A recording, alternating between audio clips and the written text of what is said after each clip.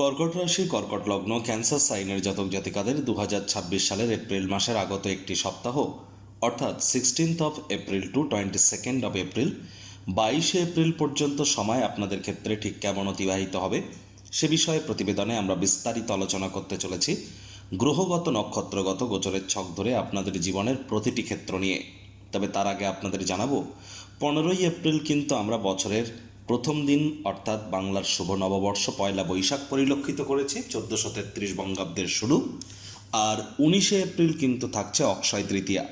আপনাদের সকলকে রাজযোগ চ্যানেলের তরফ থেকে শুভ নববর্ষ এবং অক্ষয় তৃতীয়ার হার্দিক শুভেচ্ছা এবং অভিনন্দন রইল। প্রতিবেদনটি অত্যন্ত গুরুত্বপূর্ণ হতে চলেছে, তার কারণ আপনাদের পরিবার, বাণী, অর্থের ভাবের অধিপতি শেষমেশ কিন্তু উচ্চস্থ হয়েছেন, মেষ সংক্রান্তি ঘটিয়েছেন।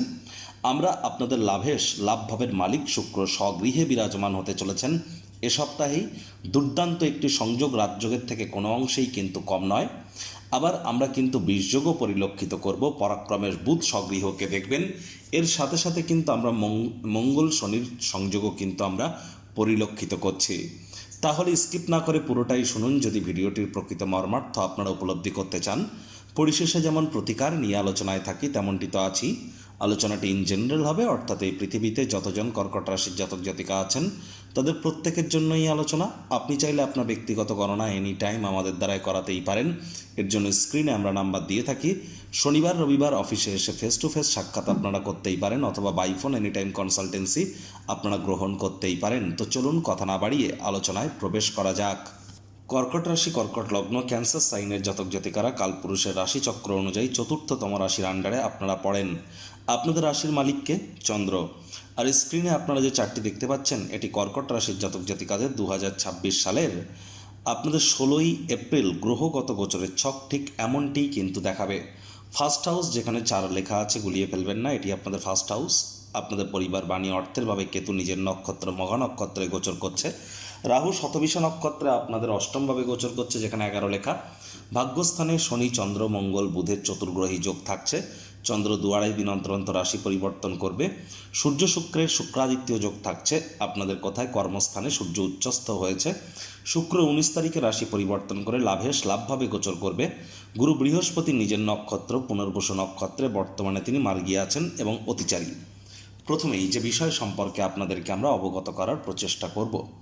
দেখুন, প্রথম যে বিষয়টি আপনাদের জন্য, যারা সরকারি চাকরিজীবী, যারা রাজনীতিবিদ অর্থাৎ পলিটিশিয়ান, যারা নেতা মন্ত্রী বিরোধী পক্ষে আছেন, যারা প্রাইভেট সেক্টরে অ্যাডমিনিস্ট্রেটিভ লেভেলে কাজ করতেন, তাদের মধ্যে অনেকের ক্ষেত্রেই কিন্তু বিগত প্রায় 2-3 মাস ধরে আমরা লক্ষ্য করেছি আপনারা হয়তো মনের পছন্দসই রেজাল্ট আপনারা প্রাপ্তি করে উঠতে পারছিলেন না।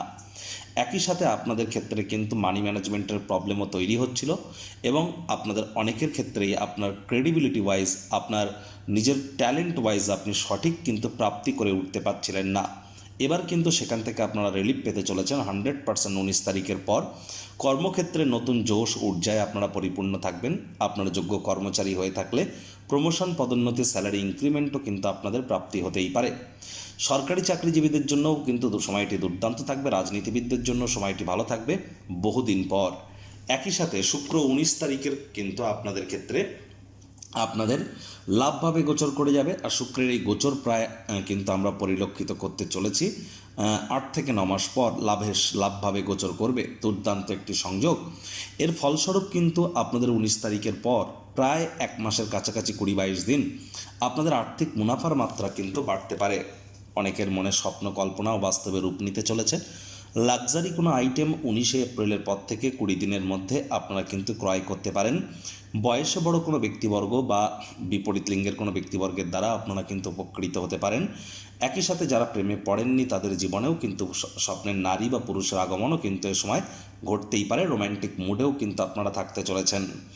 আবার 19 তারিখের আগে পর্যন্ত কিন্তু 16 তারিখ থেকে 19 তারিখ, 16, 17, 18 এই যে 3টে দিন আপনাদের ক্ষেত্রে নতুন জমি, বাড়ি, গাড়ি এগুলি ক্রয় করার যোগ থাকছে। মায়ের তরফ থেকেও লাভান্বিত হতে পারেন।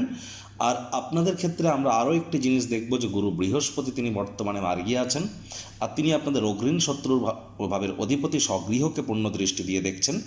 যোগ্য কর্মচারী আপনারা হয়ে থাকলে প্রমোশন, পদোন্নতি যেমন পাবেন, আর যারা বেকার যুবক যুবতী আছেন তাদেরও কিন্তু নতুন চাকরি, কর্মসংস্থানের যোগও কিন্তু পরিলক্ষিত হচ্ছে। আর মাত্র কিন্তু ধরতে গেলে 1-1.5 মাস পর গুরু বৃহস্পতি কিন্তু উচ্চস্থ হবে। তার অগ্রিম আভাস কিন্তু আপনারা এখন থেকেই প্রাপ্তি করতে শুরু করে দেবেন। কেতুর মঘা নক্ষত্রে গোচর নিয়ে মান্থলি রাশিফলে আমরা ডিটেলসে আলোচনা করেছি। এখানে শর্টে আপনাদের বলবো, আপনাদের মধ্যে অনেকের ক্ষেত্রেই পরিবার পরিজনদের সাথে বিভিন্ন সমস্যার সম্মুখীন আপনারা হচ্ছিলেন। ব্যাংকের ব্যালেন্সে ঘাটতি পড়ছিল। শব্দ চয়নের দিকে একটু খেয়াল না রাখার কারণে অনেকে অনুশোচনার পাত্রপাত্রী হয়েছেন।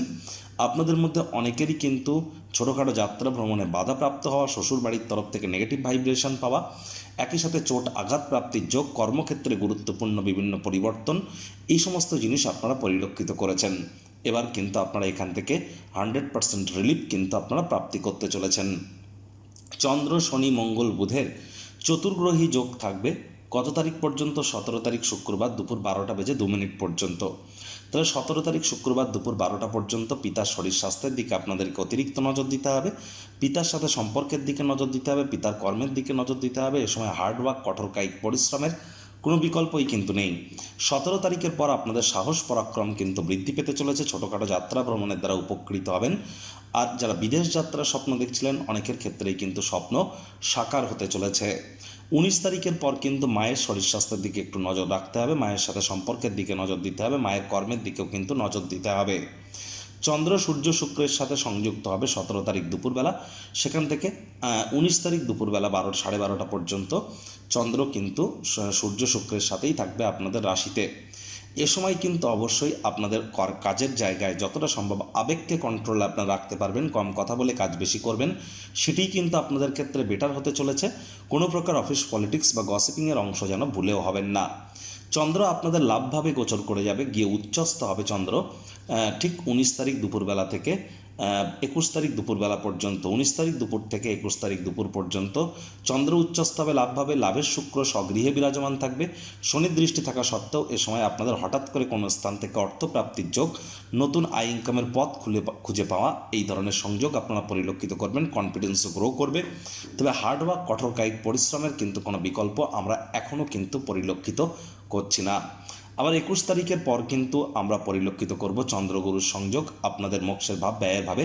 21 তারিখের পর দেখবেন আধ্যাত্মিক চিন্তন চেতনা আপনাদের মধ্যে গ্রো করা শুরু করবে। এ সময় খরচ বাজেটকে একটু নিয়ন্ত্রণে রাখুন, বাদবাকি সব কিছু ঠিকঠাকই কিন্তু পরিগণিত হবে। আমি কয়েকটি ডেট বা টাইম আপনাদের বলছি, মেনশন করছি, এগুলিকে নোট ডাউন করে রাখুন, লিখে রাখার চেষ্টা করুন।